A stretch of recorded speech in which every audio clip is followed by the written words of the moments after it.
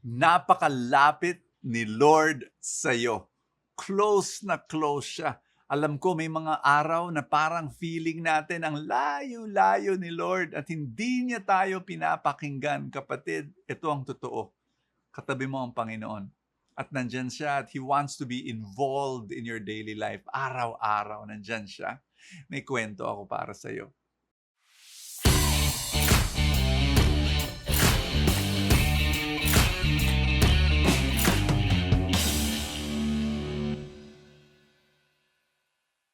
Alam mo, nung 13 years old, doon ako unang-unang nag-preach.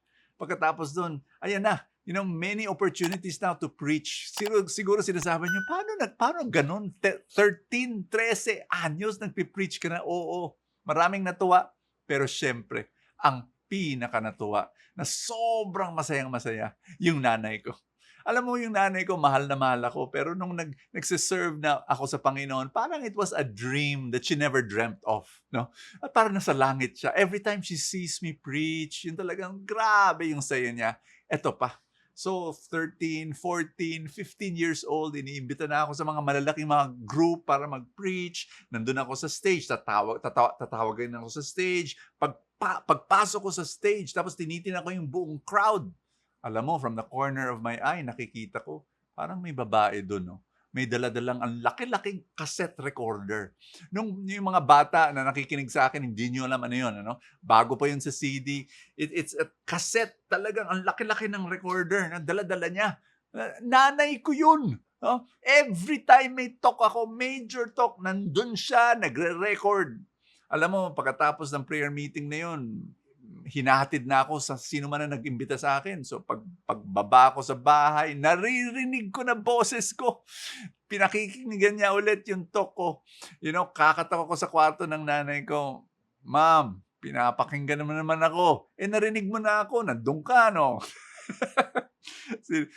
Sisilip siya sa akin, bubuksan yung pintuan. Ako, nandun ako talaga? Nandun ba ako? Binibiro niya ako. Sige, tulog ka na. Busy ako. Alam mo yung nanay ko, siya yung presidente ng Fans Club International for Bo Sanchez. Naks naman, no? Alam mo, kinikwento ko yun dahil naniniwala ako si Lord, siya yung presidente ng fans club mo. Hindi, maniwala ka doon. Si Lord, hindi ka lang niya mahal. Gustong-gusto ka niya. Kasi baka isipin mo na pilit ni Lord, no? Pilit siya. Kailangan mahalin ka kasi maski mahirap kang mahalin. Sige na nga. Pero hindi. Gustong-gusto ka niya. God does not only love you, God likes you. And he's your fan. Yun ang talagang lahat ng bahagi ng buhay mo. Meron kang ginawang mabuti. Ay naku, rini-record niya yun. Hindi lang cassette recorder gamit niya. Talo niya nanay ko. May video. May video. Talagang He captures those moments. Alam mo si Lord, magulang rin yan. Di ba? Tatay niya tayo. Tatay siya. Sorry talaga yung Tagalog ko. No?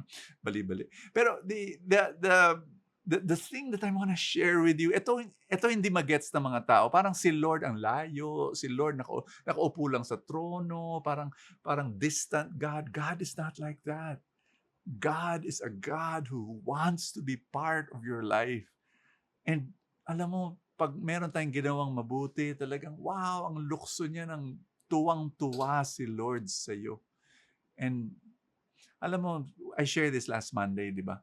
Pag meron tayong ginawang masama, you know what God does? Pinapatawad niya tayo. He glosses over it. He does not major in it. What He majors on, ang binibigyan niya yung pansin, yung mga kabutihan na ginagawa natin. Kasi alam niya lalaki yun And then we think ourselves and define ourselves as mabuti at mabait. Kasi yun ang tingin ni Lord sa atin. Ang ebanghelyo natin ngayon, yung mga sinabi niya sa mga tao, pati hindi niyo nagigets yung signs. Kasi si Lord, He wants to communicate with you. Pero minsan hindi natin nagigets, di ba? I want you to understand that God wants to be in a relationship with you. Gusto niya close kayo. Bigay mo lang ang buhay mo sa Kanya. Allow Him to draw Himself to you. Reveal. God wants to reveal Himself to you, show Himself to you. Can we pray? In the name of the Father, and of the Son, and of the Holy Spirit. Sabihin mo, Lord, alam ko nandito ka. Alam ko malapit na malapit ka sa akin. Alam ko, Lord, close na close ka. I want to follow you, and I want to be in relationship with you. I open my heart to you. Binubuksan ko yung buhay at puso ko sa iyo. Lord, pasok ka. Manahan ka sa akin. Susunod ako habang buhay. Salamat, Lord, na ikaw ay aking Panginoon at tagapagligtas. Amen and amen and amen. In the name of the Father, and of the Son, and of the Holy Spirit. Amen! Yay! Kaibigan, gusto mo ba makatanggap ng full tank Saturday and Sunday? Yan ay pinapadala ko sa mga full tank supporters ko bilang pasasalamat. Kung hindi ka pa full tank supporter, come support our mission, our ministry, and be very blessed. Be very, very blessed. Salamat. At how to do that? Pag Facebook ang gamit mo, sa ilalim ng video may button na support, And dito naman sa YouTube, kung computer ang gamit mo, may button dyan na nakalagay join. Pag ginawa niyo yan, you become a full tank supporter at makakatanggap ka ng full tank Saturday and Sunday para buong linggo mo inspired. And again, maraming salamat. God bless you, and I will see you tomorrow.